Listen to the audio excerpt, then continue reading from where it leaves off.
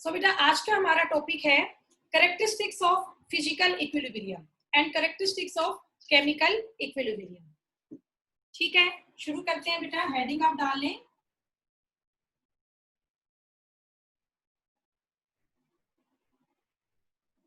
Characteristics of physical equilibrium.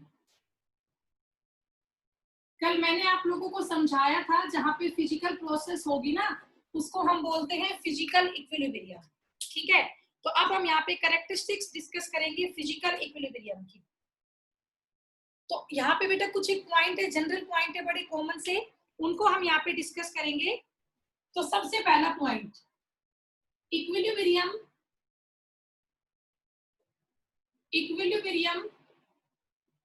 Involving gases. Equilibrium involving gases, जो gas को involve करके equilibrium आती है। Equilibrium involving gases can be attained only in closed vessel। बेटा सभी बच्चे ना ध्यान से समझने की कोशिश किया करो, आपको समझ में आएगा। अमित बेटा आपको भी समझ में आएगा। ये चैप्टर सब बच्चों के लिए एक सा है। किसी ने चैप्टर 1 to 6 पढ़ा है तो भी कोई दिक्कत नहीं है, नहीं पढ़ा है तो भी कोई प्रॉब्लम नहीं है, सब कुछ नया है इस चैप्टर में। तो सब बच्चों के लिए ये चैप्टर एक सा है बेटा, बिल्कुल। ये कह रहा है कोई भी बेटा इक्विलिब्रियम है, अगर आपको गैस का केस लेना है, अगर आपका कंटेनर ओपन रहेगा बेटा तो गैस तो कंटेनर से बाहर चली जाएगी। तो अगर आपको गैसियस वाले केस में इक्विलिब्रियम अचीव करवानी है तो जो वेसल है वो क्लोज ही होना चाहिए। क्लोज वेसल होगा तभी इक्विलिब्रियम अचीव होगी, अदरवाइज नहीं होगी। ठीक है, ये आपका पहला पॉइंट हुआ। सेकंड पॉइंट बेटा, जो इक्विलिब्रियम है it is dynamic in nature. Equilibrium is dynamic in nature. Dynamic का मतलब ये है बेटा कि यहाँ पे जो दो अपोजिंग प्रोसेस है, एक फॉरवर्ड रिएक्शन है और एक आपकी बैकवर्ड रिएक्शन है, ये दोनों रिएक्शन आपकी बिल्कुल सेम रेट पे चलेगी। Equilibrium is dynamic in nature. इसका मीनिंग क्या है? It means forward reaction and backward reaction. It means forward reaction and backward reaction have same rate. Forward reaction and backward reaction have same rate. मान लो बेटा मेरे पास ये है a plus b है, इससे हमारा बन रहा है c plus d। तो मेरा फॉरवर्ड रिएक्शन में क्या है? a और b है, उससे c और d बन रहा है। अब जितने आपकी रिएक्शन फॉरवर्ड जा रही है, a plus b से c और d बन रहा है, उतना ही दोबारा आपका c plus d से क्या बन रहा है? a plus b बन रहा है। जितनी आपकी रिएक्शन फॉरवर्ड जा रही है ना, उतनी ही आपकी रिएक्शन बैकवर्ड भी आ रही है। दोनों अपोजिंग प्रोसेस बेटा, दोनों प्रोसेस अपोजिट हुई ना, एक फॉरवर्ड जा रही है, एक बैकवर्ड आ रही है, तो दोनों अपोजिट प्रोसेस आपकी सेम रेट पे चलती है, सेम स्पीड पे चलती है। इसीलिए हम कहते हैं equilibrium is dynamic in nature. ठीक है, ये पॉइंट आपको समझ में आया बेटा? अब इसके बाद अगला पॉइंट है, जहां भी डाउट हो, कंफ्यूजन हो, पूछा करो बेटा, और कोशिश करें आपकी एक भी लाइन स्किप ना हो, आप साफ साफ लिख पाए पूरा। At equilibrium concentration of reactant and product, at equilibrium concentration of reactant and product becomes constant at constant temperature and pressure। at constant temperature and pressure। बेटा हमने टेम्परेचर भी कांस्टेंट कर दिया, प्रेशर भी कांस्टेंट कर दिया, तो उस टाइम पे जो आपकी कंसंट्रेशन है रिएक्टेंट और प्रोडक्ट की वो भी कांस्टेंट हो जाएगी। मतलब नंबर ऑफ मोल्स आपके कम ज्यादा रिएक्टेंट प्रोडक्ट के नहीं होंगे। ठीक है, तो करो बेटा पहले आप rate expression in physical process. Physical process आपको पता है क्या होती है, जिसमें सॉलिड से लिक्विड बने, लिक्विड से गैस, सॉलिड से गैस, मतलब यहाँ पे सिर्फ फिजिकल चेंज होता है। तो मान लीजिए मैंने एक एग्जांपल ले लिया I2 सॉलिड और इससे हमारा बन गया I2 गैस। आपको पता है जो आयोडीन होता है इट शो सब्लिमेशन, अगर ये सब्लिमेशन शो करेगा तो जितना सॉलिड से गैस बनेगा वापिस उतना ही गैस से आपका सॉलिड भी बनेगा। ठीक है, तो बेटा जो इस रिएक्शन का रेट है, रेट को हम कैसे एक्सप्रेस करते हैं, rate is directly proportional to the concentration of product divide by concentration of reactant। जो रेट ऑफ रिएक्शन है वो डायरेक्टली प्रोपोर्शनल होता है कंसंट्रेशन ऑफ प्रोडक्ट के divide by concentration of reactant के। इट मींस जो रेट है वो रेट आपका प्रोपोर्शनल होगा। अब आप लोग बताओ प्रोडक्ट यहाँ पे क्या है बेटा, आयोडीन है, और आयोडीन कौन सी स्टेट में है, गैसियस स्टेट में, gaseous, divide by concentration of reactant, यहाँ पे क्या है I2 और इसकी स्टेट क्या है, सॉलिड है। ठीक है, अब बेटा यहाँ पर हम इस साइन को हटा दें प्रोपोर्शनलिटी वाले को, तो मैं यहाँ पे क्या लगा दूं, प्रोपोर्शनलिटी कांस्टेंट लगा दूं, तो रेट इक्वल टू क्या हो जाएगा, के, रेट इक्वल टू क्या होगा, के concentration of I2 gas divide by concentration of I2 solid. इस तरह से हम एक रिएक्शन के रेट को एक्सप्रेस करते हैं। ये रेट एक्सप्रेशन का तरीका है concentration of product divide by concentration of reactant. तो बेटा जो ये मैंने स्क्वायर ब्रैकेट लगाई है, दीज आर फॉर कंसंट्रेशन। ये स्क्वायर ब्रैकेट किसको शो करती है, कंसंट्रेशन को शो करती है।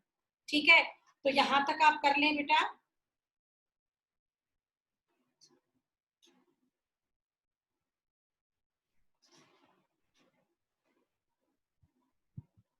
हो क्या होगा,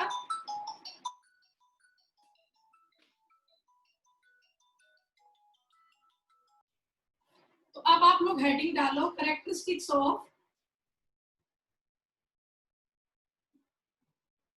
chemical equilibrium, characteristics of chemical equilibrium. ठीक है बेटा, आप लोगों को पता है केमिकल प्रोसेस क्या होती है, फिजिकल और केमिकल प्रोसेस में क्या डिफरेंस होता है बेटा बताओ। फिजिकल प्रोसेस में कोई नया सब्सटेंस नहीं बनता, सिर्फ उसकी स्टेट चेंज होती है सॉलिड से लिक्विड या गैस, लेकिन केमिकल प्रोसेस में एक नया सब्सटेंस बनता है। It is the main difference between the physical change and chemical change. बेटा आप लोगों ने पढ़ा होगा 7th 8th 9th क्लासेस में, अगर हम पेपर की कटिंग करते हैं, कटिंग ऑफ पेपर, तो पेपर को आपने फाड़ा है, कट किया है तो पेपर ही ना, वो तो फिजिकल चेंज है। लेकिन अगर आपने पेपर को बर्न कर दिया तो फिर उससे तो ऐश बन गई, तो वो आपका केमिकल चेंज। जहां पर कुछ नया सब्सटेंस बन जाता है उसको केमिकल चेंज बोलते हैं, और जहां पर सब्सटेंस वो ही रहता है सिर्फ उसकी स्टेट चेंज होती है उसको हम फिजिकल चेंज बोलते हैं। तो यहाँ पर हम बात कर रहे हैं केमिकल चेंज की। So topic is characteristics of chemical equilibrium. सबसे पहला पॉइंट बेटा, फर्स्ट पॉइंट है at equilibrium, at equilibrium the concentration of, at equilibrium the concentration of each of reactant and product, the concentration of each of reactant and product become constant, becomes constant. बेटा जब भी कोई process होती है equilibrium की, तो जो concentration होती है हर एक रिएक्टेंट और प्रोडक्ट की वो कांस्टेंट होती है। The concentration of both of reactant and product remains constant. For example बेटा यही एग्जांपल मैंने लिया, A+B है, इससे हमारे बन रहा है C+D, तो ये रिएक्शन इक्विलिब्रियम पे है, तो यहाँ पर जो कंसंट्रेशन है रिएक्टेंट की वो भी कांस्टेंट है, और यहाँ पे जो कंसंट्रेशन है प्रोडक्ट की वो भी कांस्टेंट है। मींस दोनों के नंबर ऑफ मोल्स कांस्टेंट है। कंसंट्रेशन का मीनिंग क्या होता है बेटा, नंबर ऑफ मोल्स, वो दोनों के आपके कांस्टेंट है, उनमें कोई भी चेंज नहीं हुआ है। तो it is the first characteristics of chemical equilibrium. अब बेटा सेकंड केमिकल कैरेक्टरिस्टिक्स ये है एट इक्विलिब्रियम, ये हमने पहले भी डिस्कस कर लिया है। Rate of forward reaction, rate of forward reaction जो आपका है, it becomes equal to rate of backward reaction. Rate of forward reaction becomes equal to rate of backward reaction. जितना आपका रिएक्टेंट से प्रोडक्ट बन रहा है उतना ही प्रोडक्ट से रिएक्टेंट, या जितनी स्पीड से ए और बी सी एंड डी में कन्वर्ट हो रहे हैं उतनी स्पीड से दोबारा सी एंड डी ए और बी में कन्वर्ट हो रहे हैं। बेटा रेट का मीनिंग होता है स्पीड, तो rate of forward reaction becomes equal to rate of backward reaction. ठीक है, उसके बाद बेटा नेक्स्ट पॉइंट है थर्ड पॉइंट। थर्ड पॉइंट हमारा है equilibrium. Equilibrium arises only when, equilibrium arises only when none of the substance, only when none of the substance escape out। बेटा equilibrium जो है ना वो क्लोज कंटेनर में आती है, मतलब आपका कुछ भी बाहर नहीं जाना चाहिए, ना कोई रिएक्टेंट ना कोई प्रोडक्ट, ये आपके बाहर नहीं जाने चाहिए। इक्विलिब्रियम सिर्फ तभी आएगी जब कोई भी आपका सब्सटेंस है वो एस्केप आउट ना हो, मतलब बेटा कोई भी सब्सटेंस आपका बाहर निकल के ना जाए। अगर ऐसी कंडीशन होगी तो ही इक्विलिब्रियम आएगी, अदरवाइज वहां पे इक्विलिब्रियम अचीव नहीं होगा। Equilibrium arise only when none of the substance escape out। ठीक है, तो बेटा आपको ये सारे पॉइंट समझ में आ रहे हैं? बताओ बेटा। Yes ma'am. ओके, मुझे बता देना रब कब करना है, नोट हो गया तो मैं ऊपर से रब कर दूं एक दो पॉइंट। फर्स्ट पॉइंट सबका यस मैम। ठीक है, तो बस मैंने अभी फर्स्ट पॉइंट ही रब किया है, अब मैं यहाँ पे फोर्थ पॉइंट करती हूँ। Equilibrium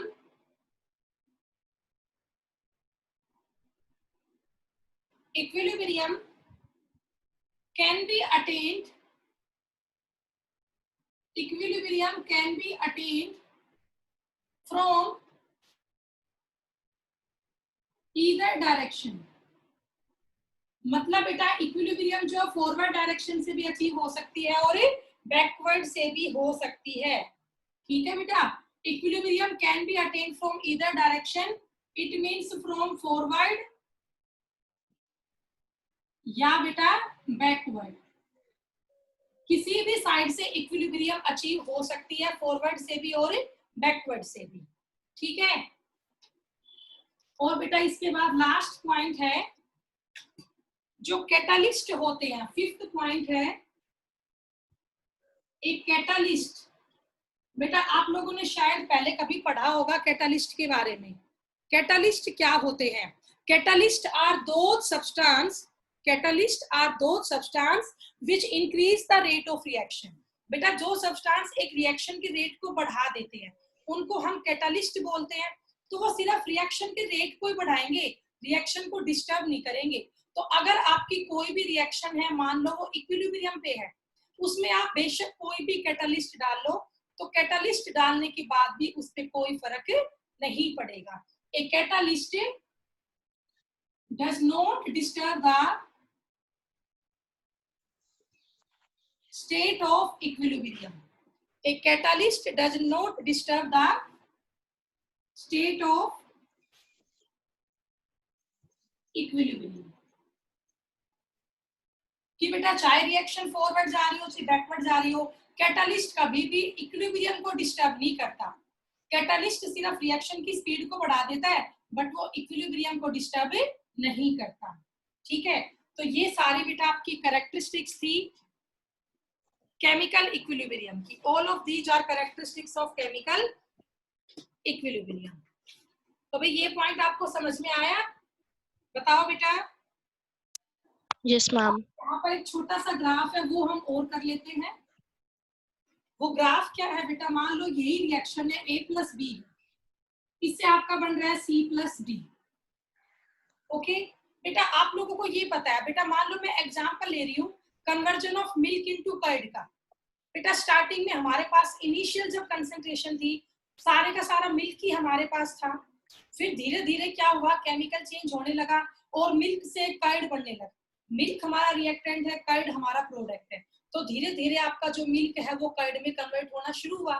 मतलब ये कह सकते हो लगातार मिल्क की कंसंट्रेशन तो घट रही है और जो कर्ड है उसकी कंसंट्रेशन लगातार बढ़ रही है।